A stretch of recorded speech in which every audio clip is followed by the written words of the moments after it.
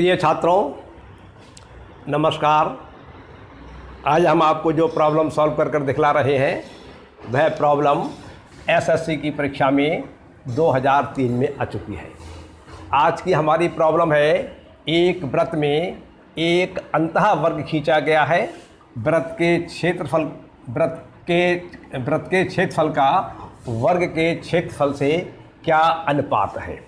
आपको एक वृत्त दिया हुआ है, उस वृत्त के अंतर्गत आपने एक वर्ग की रचना की है। आपसे ये पूछा गया है कि उस वृत्त के क्षेत्रफल में और वर्ग के क्षेत्रफल में क्या अनुपात है।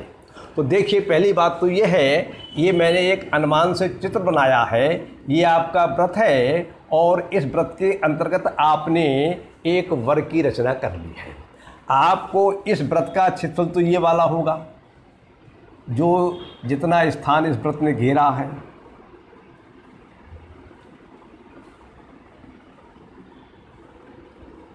इस सभी स्थान की माप जब कर ली जाएगी तो वह इस वृत्त का क्षेत्रफल कहलाएगा।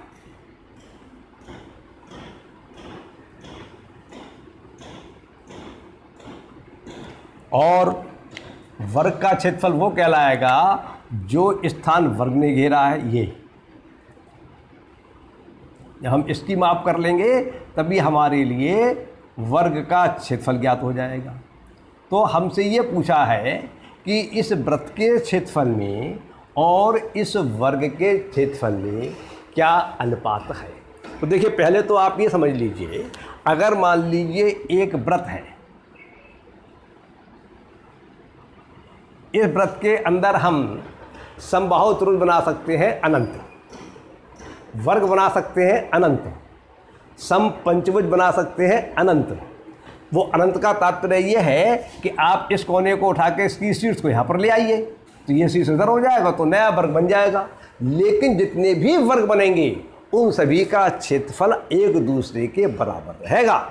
इसमें जितने भी समबाहु त्रिभुज बनेंगे उन सभी समबाहु त्रिभुजों का क्षेत्रफल एक दूसरे के बराबर रहेगा। वृत्त का क्षेत्रफल और वर्ग का क्षेत्रफल और समबाहु त्रिभुज का क्षेत्रफल तो बराबर नहीं होगा, लेकिन इसमें जितने वर्ग हम बना सकते हैं शीर्षों को स्थान परिवर्तित करने के बाद, उन सब वर्गों का क्षेत्रफल बराबर होगा।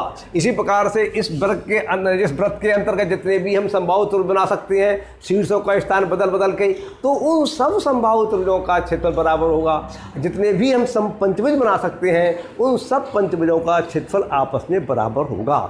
जितनी भी समबाहु त्रिभुज होती हैं ये उनकी बात है। लेकिन अगर विषमबाहु त्रिभुज बना रहे हैं या विषमबाहु चतुर्भुज बना रहे हैं या हम विषमबाहु पंचभुज बना रहे हैं तो उनके क्षेत्रफल फिर परिवर्तित होते रहेंगे। खैर, तो हमसे ये पूछा गया है, इस वृत्त के क्षेत्रफल में और वर्ग के क्षेत्रफल में क्या अनुपात है। तो पहले तो आपको ये मालूम होना चाहिए, ए और बी का अनुपात बराबर होता है a/b।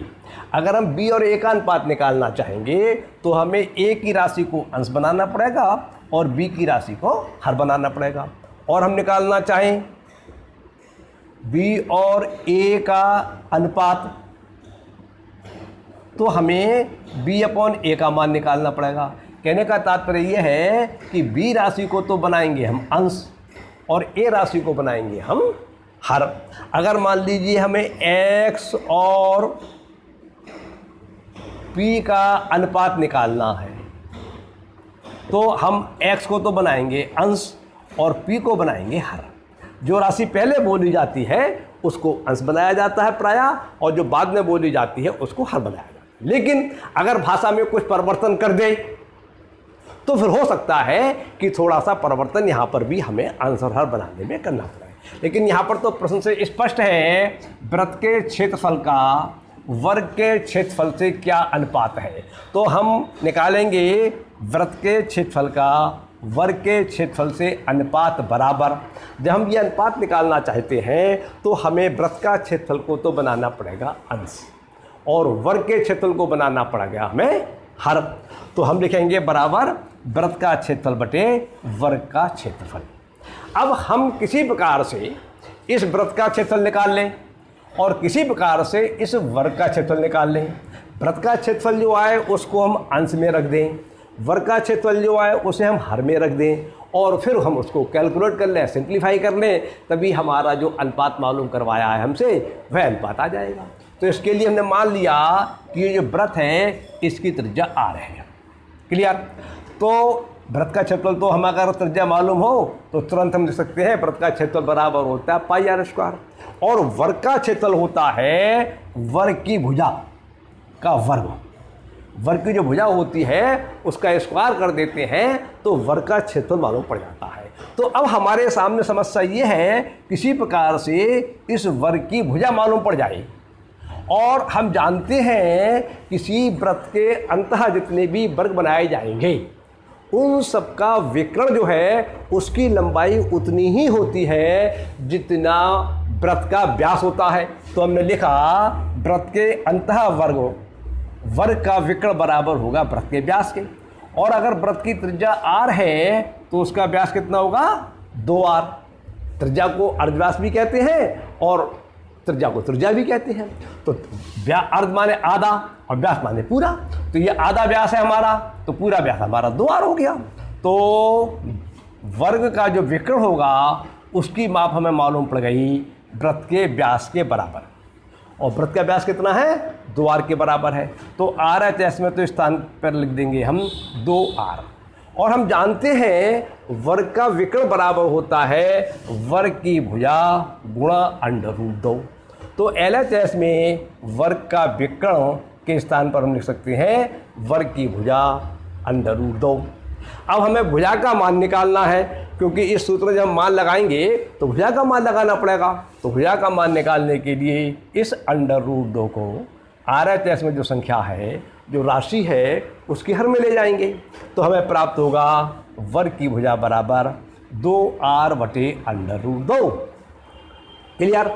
अब हम इसे सिंप्लीफाई कर लेंगे, सरल कर लेंगे, तो हमें प्राप्त हो जाएगा वर्ग की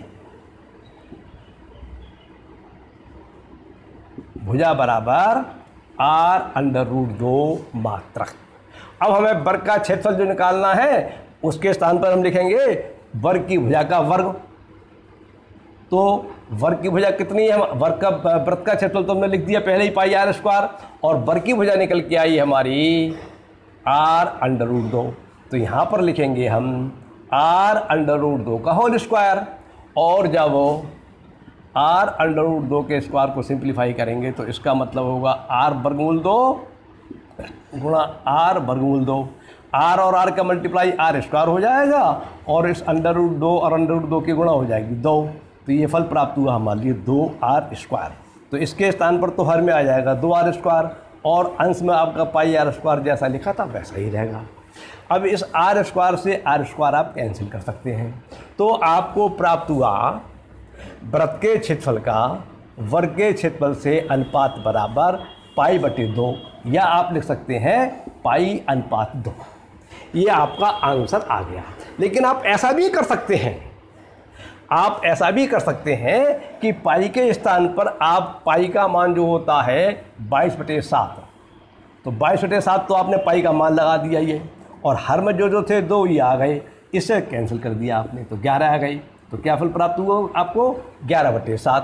तो ये अनुपात कितना हो जाएगा 11:7। अब ये आपको देखना पड़ेगा कि आपके परीक्षा में अगर विकल्प में क्या दिया हुआ है। अगर आपको π/2 दिया हुआ है तो आप π/2 लिख देंगे, और 11:7 दिया है तो 11:7 लिख देंगे। इस प्रकार से ये प्रश्न सॉल्व हो जाते हैं। प्रश्न को करते समय नियमों की पूरी तौर पर पालन कीजिए, कोई भी नियम गड़बड़ ना हो पाए। आज की बात पूरी होती है। नमस्कार, धन्यवाद।